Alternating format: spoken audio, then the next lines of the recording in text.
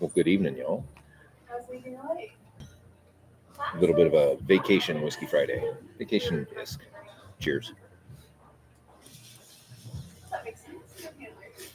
I'm not sure how many of you are going to join, but we'll see. We'll see if we're going to chat about DirtFish Rally tonight. I am here at the beautiful Salish Lodge here in Snoqualmie, Washington, and I've been here for the last few days. Of course, Washington got hit by a bomb cyclone this week, and I scheduled, because my birthday's coming up next week on Thanksgiving Day, so happy birthday to me. I scheduled something that I have not been able to schedule for myself for years and years and years, and that's a 3-day rally school at DirtFish. And this is all in my quest to gain some car control and some speed come next track season. So have the sim, and now I'm doing DirtFish, learning a lot. Learning is painful, learning is frustrating, but it's coming together. It's coming together. So as you guys filter in, we got 4 or 5 of you in here now. I will fill you in as to how it's going. Let us know who you're at in the chat, and we'll go through that. We're also going to go through the elephant in the room that Manthey released the GT3 RS. We're also going to talk about some updates on some things. I'm sorry for the reflection on my glasses. I could probably take them off, but then I can't see. So, yeah, try and pull my hat down a little bit. Maybe that helps. Nope, that doesn't help. So,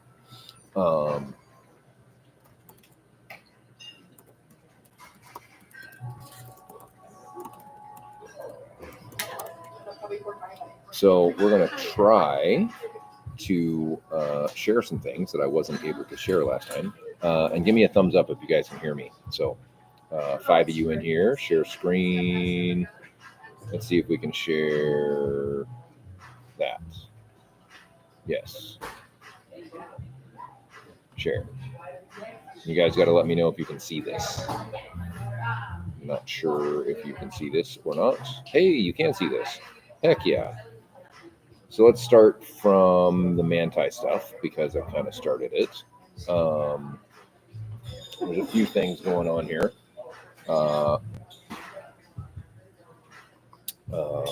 First, it's 150K for the update. It does look like they're going to allow you to purchase some of the parts individually, which is groovy of them. That's nice. And different than it has been in the past. It is a coilover kit. It is a semi-active, and you can see these valves down here. Essentially, what semi-active means is they're turning the dials for you with the dials in the car. Now, in my opinion, this feels like a lot of things to break. And for those of you that don't know, KW shocks generally have rebound adjustment on the bottom of the damper, which to change the rebound generally means you have to take the tire off of the car. Relatively inconvenient for setup change when you're at a different racetrack and whatnot. There are some schools of thought that you set up the car once and you never change it. So, and let me know if you guys can hear me or not, because when I sat down, there was no one, and now there's people talking, and somehow they're louder than me. I don't know how that's possible. So, good evening, Larry. Welcome. So, we've got coilovers. Obviously, these are going to be more Nürburgring spec, stiffer spring rates. There is a brake pad set. There is a brake line set. Braided brake lines to me are a money grab because sports brake lines are fine. And then we get into a whole bunch of aerodynamic parts, some of which I would say are minor players, some of which are major players. So let's go through the minor and major players here. We've got 6 of you in here. Let me know who's listening. Let me see who's in there. So let me get back over here to this screen and let me scroll across. So we've got the front splitter add-on, including the wheel arch gurney. So this is a wheel arch gurney. This is no longer an air guide. So they are, as opposed to on the car stock where you had fender and then you had a hole and then you had air guide to try and guide the air across the wheel well. They've made that a gurney to be able to put the dive planes in front of it so you don't. We'll get to DirtFish, Jack. Yeah, it's pretty crazy. So you don't get mixing of the air curtain and the dive plane. So you actually have one aerodynamic device. You've heard me talk about this. There's some others, SSR and others, that kind of put the dive planes in the air curtain. And yes, I'm sure it does something and it's somewhat effective, but it's not as effective as either would be by themselves. It's a bit of a hedge so they don't have to take the stock parts off the car and they can use a little tiny dive plane and sell you something, which is fine. You know, I have no issues with commerce. So we scroll over. So that's a side piece.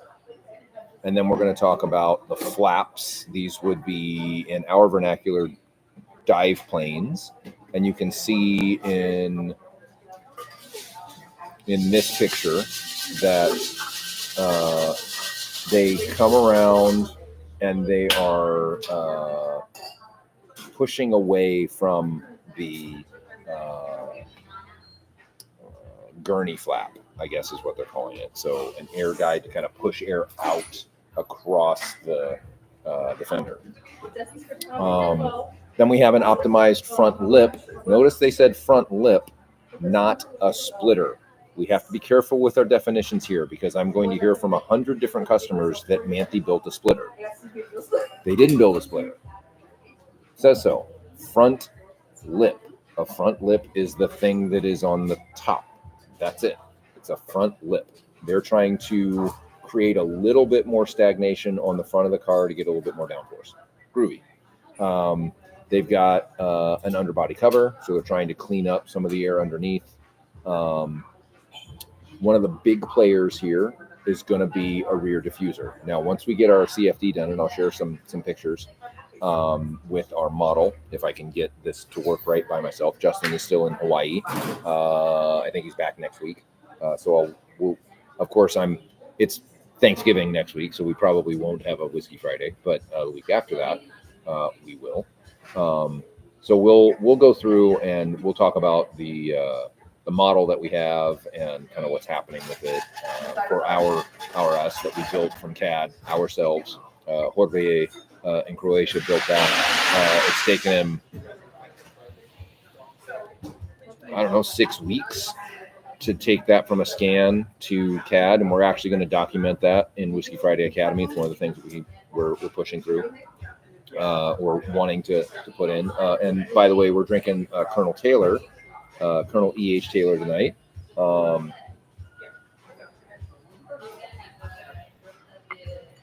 As a Manhattan, and it is delicious. We'll probably have another before this is done. So they have a diffuser. Diffuser has taller space, which means it's going to diffuse the air more, which means we're going to get more pressure drop and get more downforce on the rear of the car. That's great.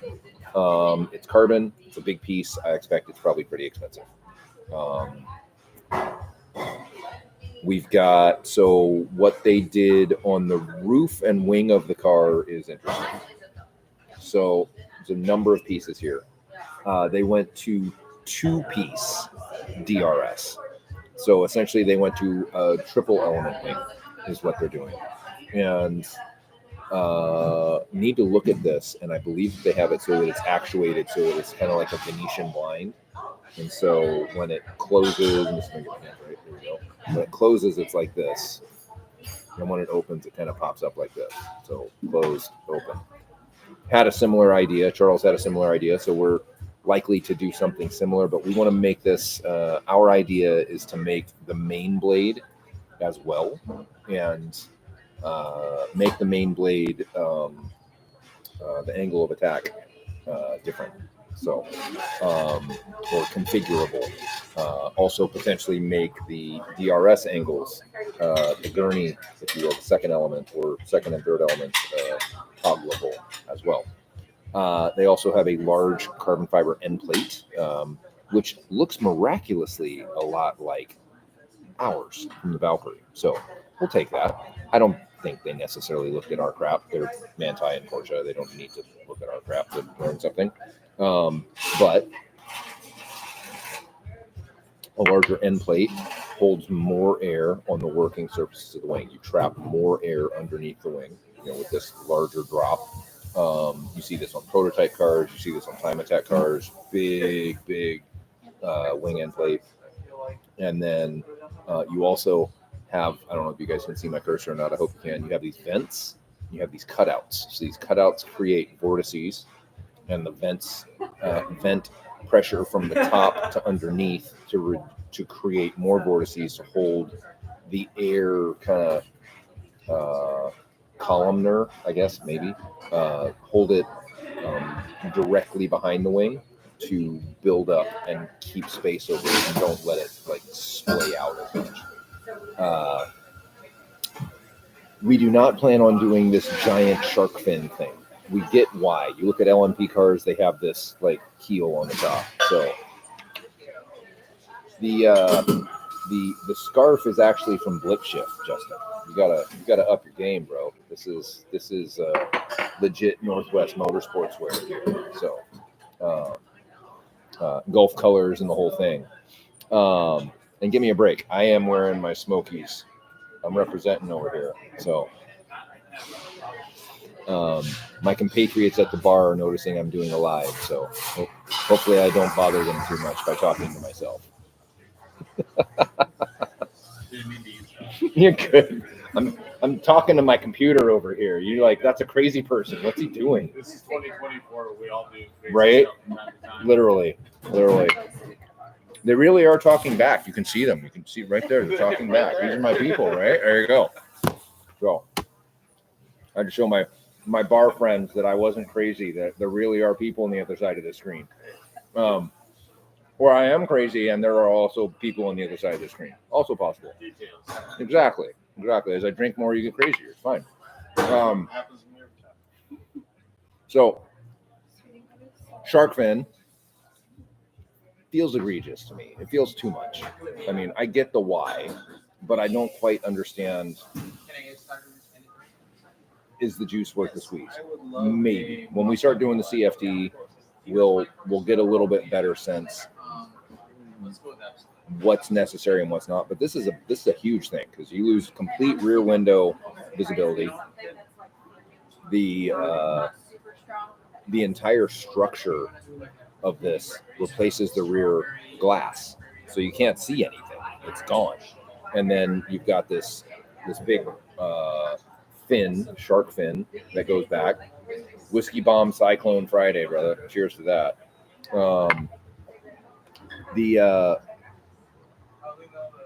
I don't think it's going to limit the engine lid opening, because thanks, Larry, appreciate you. Because you can't really open the deck lid on a 992 anyway. So I mean, all you can do is hit the button and it literally pops the little flap up to put oil or coolant in it. That's it. You got to disassemble the back of the car to take the deck lid off. So no biggie there. And then look at this mess. You've got 1, 2, 3, 4, 5, 6, 7, 8 air guides on the top of the car. Now, again, this is to keep the airflow straight as it hits the wing. So this is going to maximize the efficiency of the wing, which I'm sure is great. The fin is going to be a little bit more for when the car's in yaw.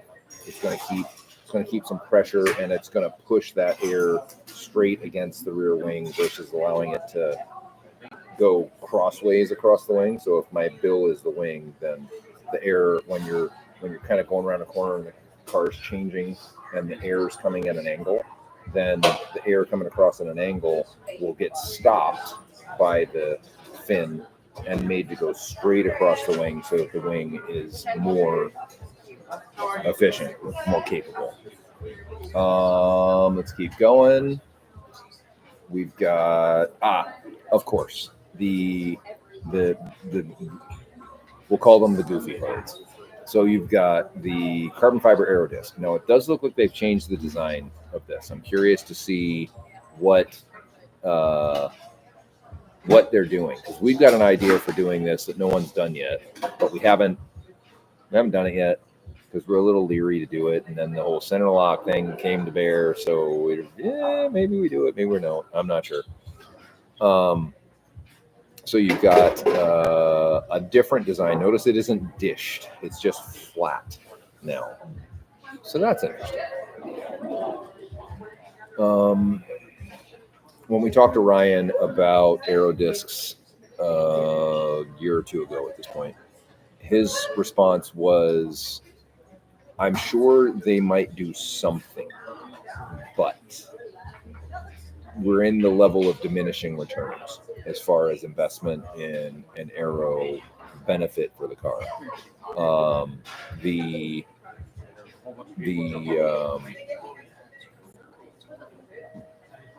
What's up, Brandon? Welcome, brother. Yeah, I know, right? The LED door projector, absolutely, and the door sill trim and the toe lug, right? These are just bragging rights. These are not a thing that help performance even a little bit. So, aero disc up for debate. Not sure. So we'll just leave that one then. Let me click over for the next one.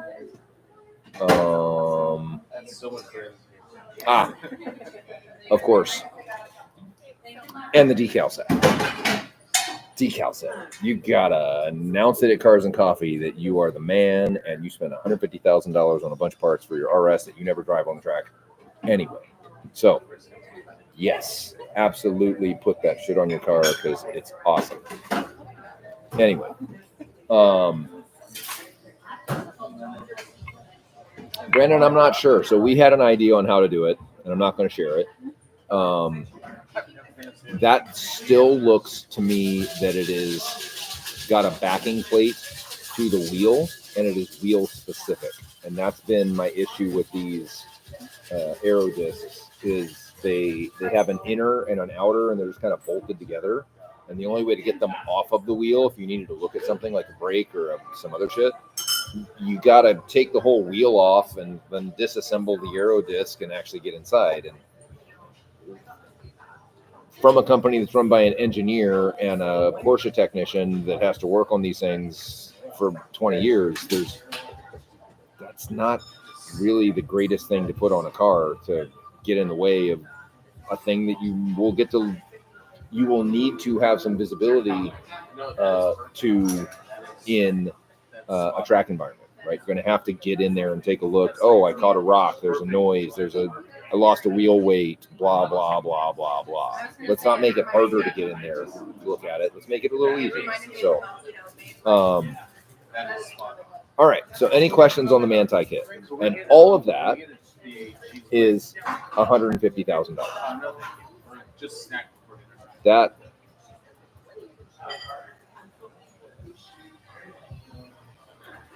That seems egregious. Tyler, so the discs, there's two schools of thought on aero discs. One is that they reduce drag. So they reduce drag by, as the air is going around, let's say this is let me get in front of my camera. This is the wheel, and it's spinning. It's like an egg beater, right? And it's making all of this chaotic air mass that the wheel's going around. By putting an aero disc there, the idea is that there you go, brother. Ed's already on top. What a drag. Ding. That is an educated consumer right there. And that is what we do here at Dunham Motorsports. We try and make you all educated consumers. Then you can decide if you want it or you don't. Theory is that you create this chaotic air. Chaotic air has high energy. Chaotic air is going to balloon out and create from the edge of the car. Let me get in front of my camera. From the edge of the car, a pocket of air that the air going around the car is going to have to go around. Right? It's going to have to bend and go around. That creates drag. The aero disc should should keep that chaos to a minimum. That's at least the one school of thought on how they work, and make it such that the air can go by the car cleanly. Another school of thought is that they're for brake cooling. Your mileage may vary. I'm not sure that without a wind tunnel and some actual pitot tubes and a whole lot of like very precise experimentation, you're going to we'll get back to chaos when we talk about DirtFish, but I'm not entirely sure that the juice is worth the squeeze, like I said. So when we do our CFD study, our computational fluid dynamics study, we'll get a better idea of should we have them or not. So what's interesting is if you look at, I don't have the SSR stuff queued up, but they have a kit for the Manthey,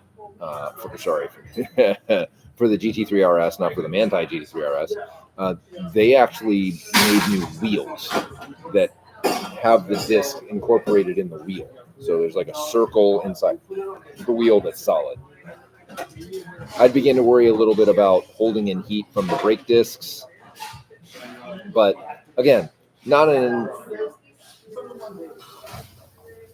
sorry. You're good, Justin. No worries. I'm a little bit worried. I just... Yeah, I mean, is the juice worth the squeeze? That's all. So... yeah, make it a part of the wheel. I agree, Brandon. If you're going to do this, don't make it an add-on to a wheel. Just make it the wheel, like the old Audi Quattro stuff, right? It was the entire wheel, right? The turbofans, the ones with the big dish and then the fan, it was the whole wheel. And if that's what you want to do, then you should do it there, not make it an add-on on top of the rest. So, all right. Any questions on the Manthey stuff as I've gone through it? I haven't seen a lap time yet. I don't know. I'm sure they'll go fast. They hire hot shoes. They have special tires. They have the run of the Nürburgring. They have the fastest, GT3R drivers in the world at their disposal. So yes, they are going to set a fast lap time. Will it be enough? Who knows? The 992 GT3 with full goodies is already as fast as the 992 GT3. We can take times from Coda.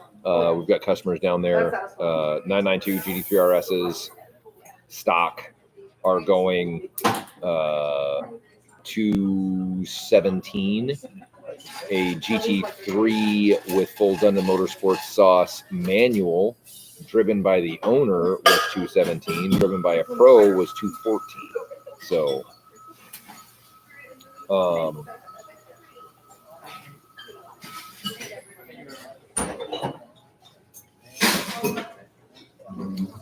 welcome, Morris. Brandon, I agree. The Manthey kit is a status thing, right? It's like, hey, I'm so badass. I have an RS, and I've got enough juice that now I have a Manthey RS, and he's going to win Cars and Coffee every week because they're just going to be rare, right? It's such a large dollar outlay. It has changed our, I'll say, design envelope for what we're going to do for the 3RS from Dundon. So a Dundon 3RS, 992 3RS. This is all the gloves off. We're going to go as wild as we think we can afford and that people will buy.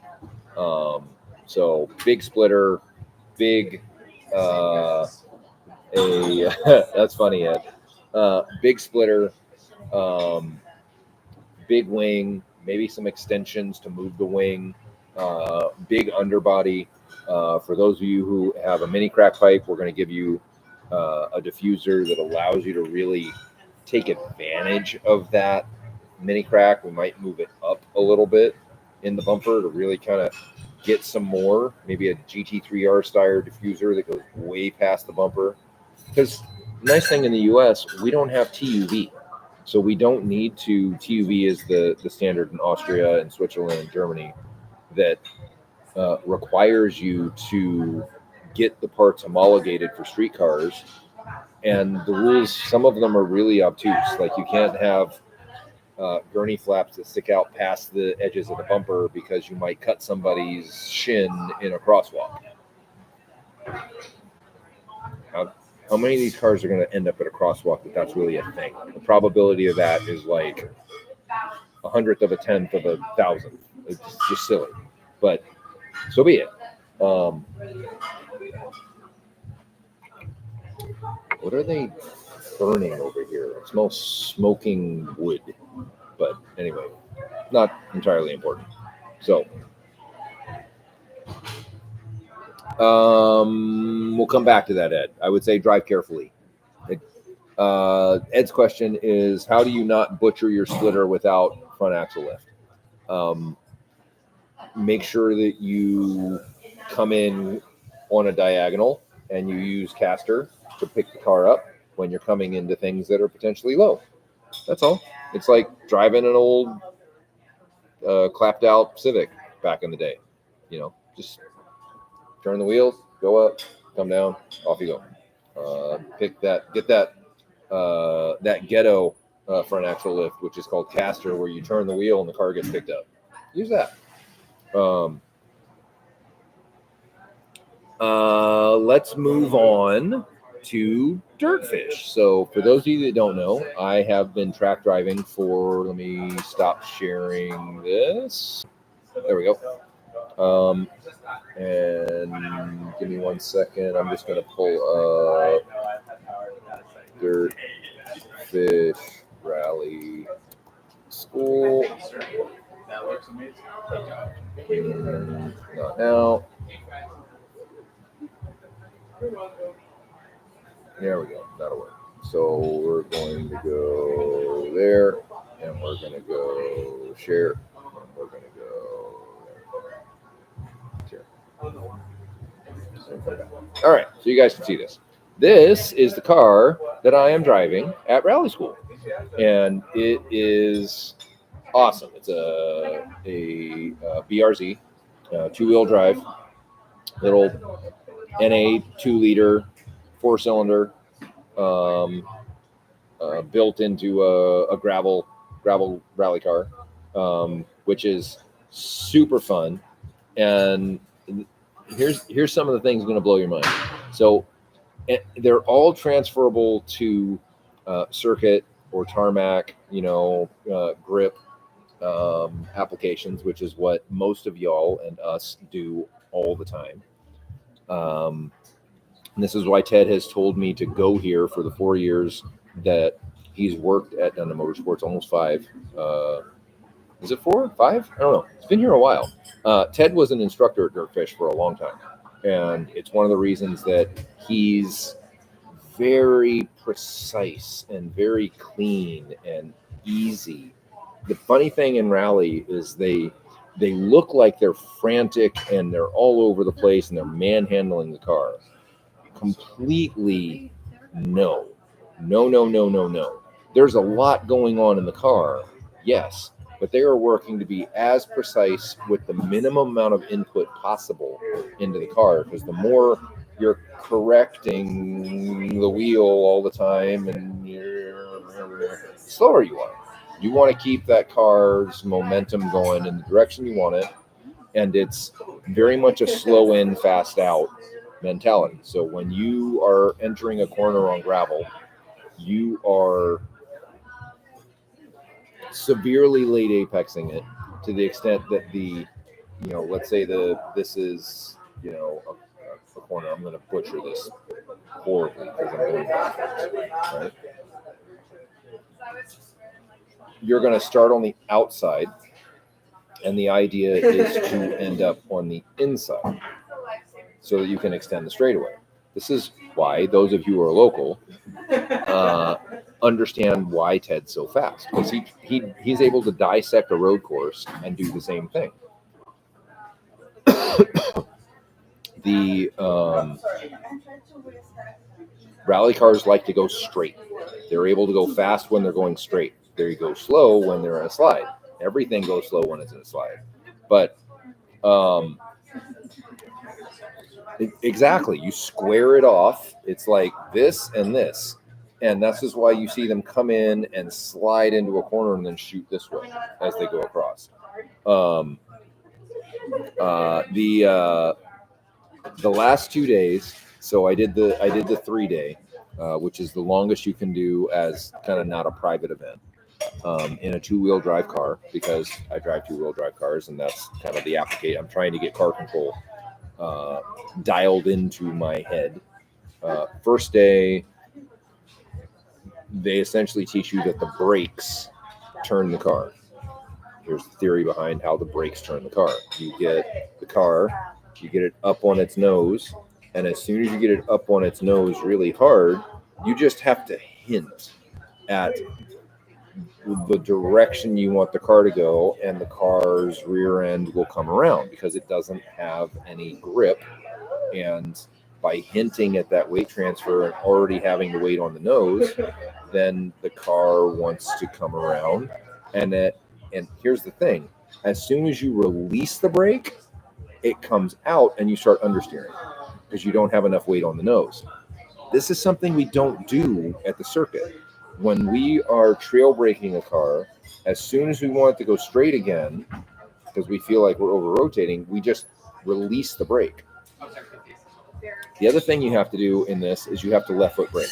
It's a must. You can't do it from you can't right foot brake. You must left foot brake because you have to. It's more efficient. You have to. You have to separate your throttle input from your brake input. So you need to be using both feet. So that was a big thing, and it's funny. A simple thing that I do automatically with my right foot in a race car is I plant my heel on the ground. So throttle, brake, throttle, brake, throttle, brake. No problem. With my left foot, first day, I wasn't planting my heel. I was hovering like you do with a clutch. And the ability to provide enough controlled precision with my left foot was completely gone. I was either on the brake or completely off of the brake, right? It was like on, off, on, off. There was no 1 to 10, do a 6, do a 2. Nope, there was none of that. It was on, there was off. So I fixed that, and oh my God, the difference in how precise you could bring the car into apex and hug the cones and get the car's ass in to come around and do a little bit of correction. Fantastic. Second day, I was using a lot of throttle to oversteer the car to correct the rest of the cornering I was coming around that I wasn't doing under brake. So I was cheating by giving it a big amount of throttle and throttle oversteer through the corner and a giant amount of correction. And the coaches there are fantastic. They're like, if you're going to do that, you need to do it modulating throttle and little tiny inputs on the steering wheel, like those of you who have karted like that. And that was a huge, like, got it. Like you can even see it in this picture here, the tiny amount of angle that they have in the car as a correction and the amount of spray that they're getting off the rear tires. You can see it, that these guys are like, and he's probably going to hold that the whole time to get the car to track out. That'd be great.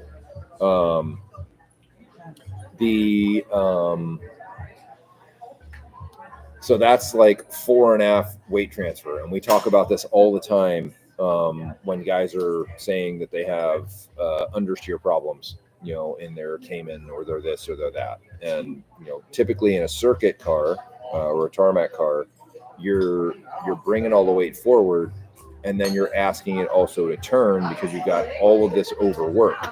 And sometimes that's true. And it'll be interesting to translate this now that I've been through it, or I will have been through it tomorrow. Tomorrow is going to be thrown in even more into the deep end of the pool.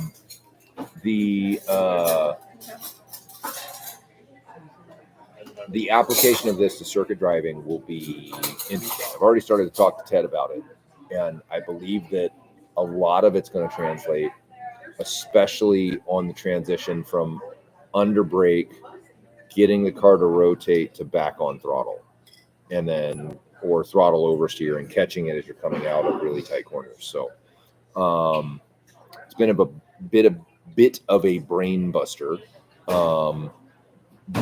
but in a good way, right? Breaking old habits, kind of tearing everything down, learning a new way to get the physics of a car to work with you as you're trying to navigate a slippery surface. I know my snow driving is going to be legit, and I can't wait until it snows so I can get the Audi, the RS6 out and do this. Should be a hoot, especially if I can get some actual snow tires on it and make it a little bit more fun. So that was the gift to myself for my 51st lap around the sun, which is going to come up here in a week. We are low on power. Let's see if I can find a way to get. I see an outlet. We'll see if my shit's long enough.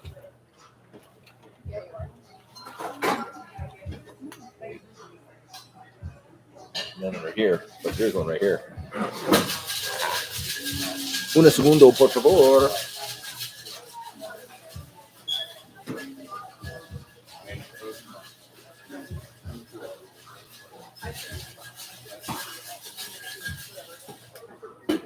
Aha. Winning.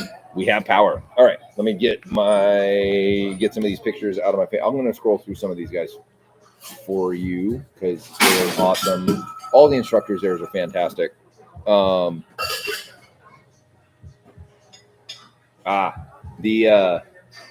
These hats are old school Dundon hats. We're going to try and get these back. We had to have these custom made. Yeah, this is Lab Rat. Because I buy the cars that we tear apart. Charles is the Dundon, Pound the Dundon, because he is the Dundon of Dundon Motorsports. We'll try and get these up. It's been hard. I think our embroidery guys might be able to do these now, but it's been hard to find. Yeah, there. I'm horrible at this left-right thing. There we go. The offset in a easy to navigate setup. So there we go, DirtFish. So we've got a little video.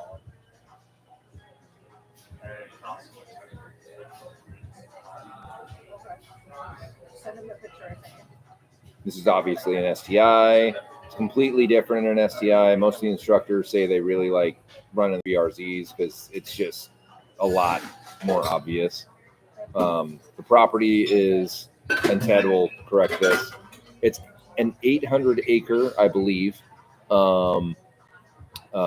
ex-lumber mill. And I don't know what the hell that is. That's inside DirtFish. These are other students doing their all-wheel drive stuff. I recognize this. They didn't quite get it parked, but yeah, super fun. And the instructors are great. It was raining this morning. There was water everywhere. We're just out there splashing around in the mud and whatnot. Just, yeah, super fun. Super fun. So, yeah. In other news, we continue to run our Black Friday sale. For those of you who have not taken advantage of it, you probably should, because we're moving a lot of folks, a lot of guys getting their their 992 headers, a lot of their headers and exhaust setups. We've sold 4 complete lab rat packages, which is stellar. We've got another 992 GT3 full lab rat and 3 GT4 RS lab rats, that's more than I would have expected, which is dope.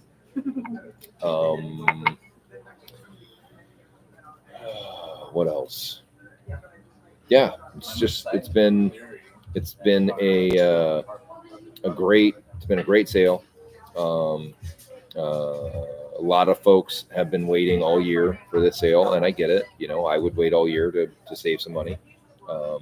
And for those of you who have been waiting, you should take advantage. We don't do this incredibly often, but when we do, we go pretty hard in the paint. So new things coming out, and a couple things for those of you with intakes in your GT3s and GT3 RSs. So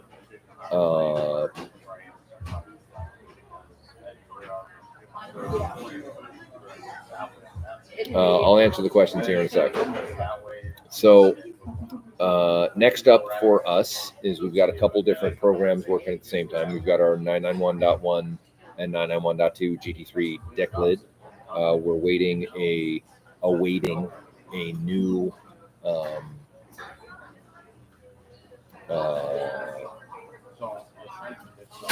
prototype. That's the word. Ding, prototype. So we can ensure that everything's tight and right. We've already started to get some quotes together for manufacturing from some local carbon partners, and we're hoping to be able to bring that to bear in spring of 2025. The 992 3RS, the solid model is finished. I was not able to get that together for you because I can't share. For some reason, it won't share Slack windows when I'm in this YouTube thing that I'm doing. So you guys have to wait until Justin's back, and we'll get prepared for it. We are in the middle of a full intake design for the 991s. Charles is working on that. That'll happen on the Cup car first. So Jack's question is, how's the Cup progress? We've been waiting, honestly, Jack, to get the new exhaust and the intake runners on the car. The aero's already sorted. We just wanted to get all the power sorted, get the aero on the car, give Ted a completed package, and allow him to go out at the ridge, and myself with some of my newfound skills, saying that they translate and I can actually get my head screwed on right, go out and run the car. So that would be a spring 2025 thing, and then once we do, we will offer those parts for sale, and then we will probably end up selling that Cup car because we're building another Cup car, 997 Cup. Which, by the way, I just sent a wire for a full powertrain, engine harness, and a batch of control units so that we can continue the R&D for all of that.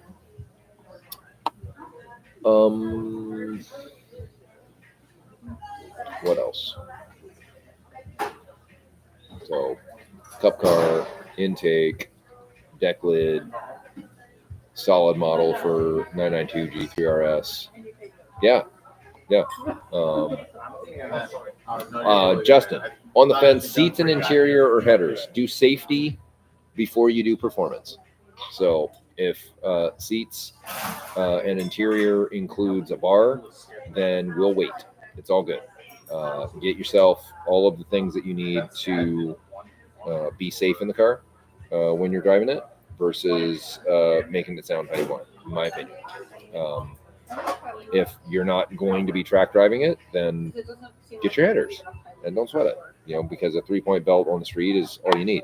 You shouldn't actually wear harnesses on the street. So, absolutely. I got you.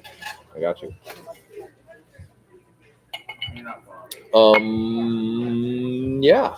Happy Whiskey Friday, y'all. Hopefully, those of you who have been waiting, who are local and have been waiting for power, you have your power. I know Oris just got his power back. We just got power back at DirtFish. They were running on generators. And surprisingly, Salas Lodge has had power the whole time. So that's really cool. Uno más, por favor. What's up, Brandon? Appreciate you. Q&A time. Play some questions on me. What do you guys got? Went through Manthey stuff on the 3RS.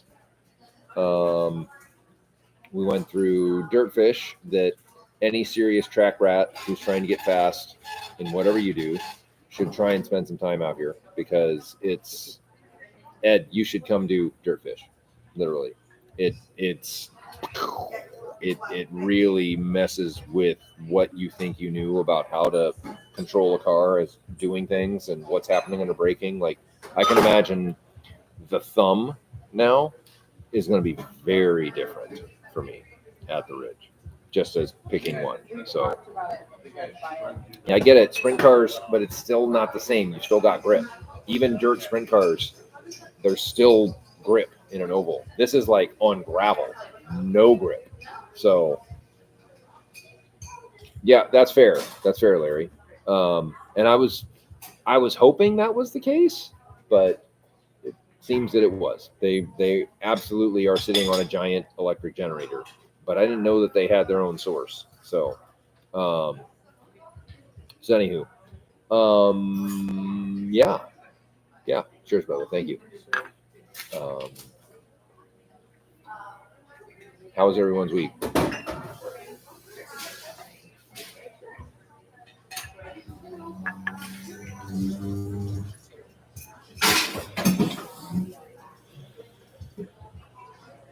$70-30 road versus track. You've got headers, intake tune, offset toe links, DSC controller. Save your money for MCS three-ways. That would be the best next largely impactful mod that you can get for your 981 GT4. So, Ed's being selfish. He wants to see everybody with their 992 GT3 lab rat builds, even though there are 7 or 8 of them out there, all doing wonderful things out in the world, so that he can decide if he should spend his money or not. But that's fine. I would say, Ed, look, follow on Instagram. We don't know what everybody's doing all the time. I wish we did. But yes, Larry, absolutely. I would tell you, yeah, get your ass to a rally school. It's legit, especially if they have a 2-wheel drive rally car. It's so good. It makes me want to build the 997 Cup into a gravel rally car. Honestly, it's so fun. Except I have nowhere to drive it, and I have no time to be able to do that. So, I get why people get addicted to it. It's so fun, so fun. Walk. So, oh man, I can see why Ted spent so long doing that, not making any money. It's like race car driver, like get the next hit.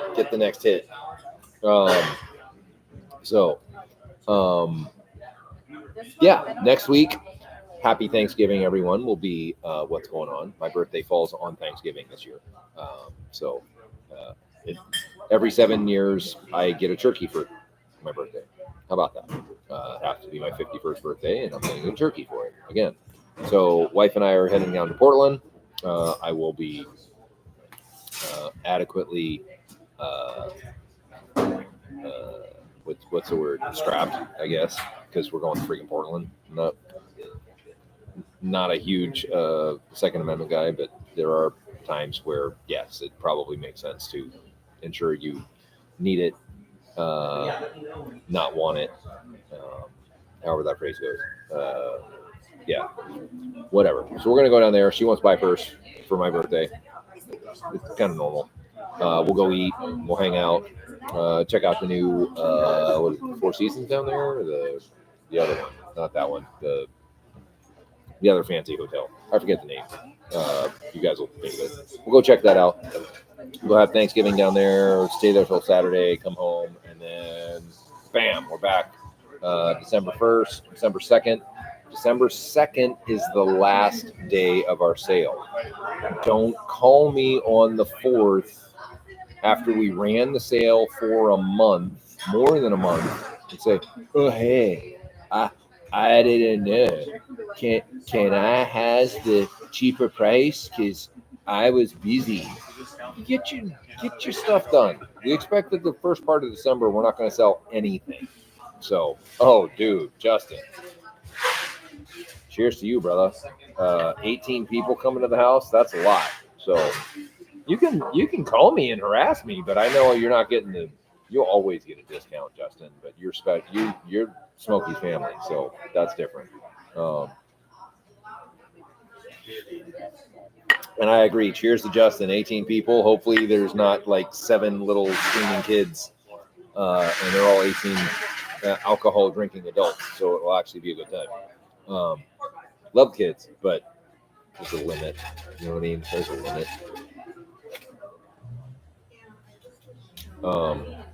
It's why the only kids I have in my life. Perfect. The youngest are yours, 12, 14. You're fine. They're going to be on their wanting to be dismissed to be back on their electronics as quick as possible. And the only kids I have work for me. So I think the youngest is actually 18, but we don't hear from him. He's fantastic. I mean, Colin is, I gave him shit when he applied. I was like, I'm not your mommy. I'm not going to address you like I'm your mommy. I'm not your daddy. I'm your boss. And you better show up and get shit done if you want to work here. And literally, he shows up and gets shit done to the extent that I don't even know he's there. He's like a mouse that's just in the welding room and like cranking, which is fantastic. Good for him. We have much older folks that I have to apply more energy to than I have to do for Colin. So I am going to finish this lovely drink and give my compatriots a little bit of a break. Cheers, brother. Thank you. With me constantly yapping. You all have a wonderful rest of your weekend. And for those of you in the Northwest suffering from the consequences of the bomb cyclone, hopefully your power comes back on soon. And you can see this. Because if you don't have power, I doubt you're watching this.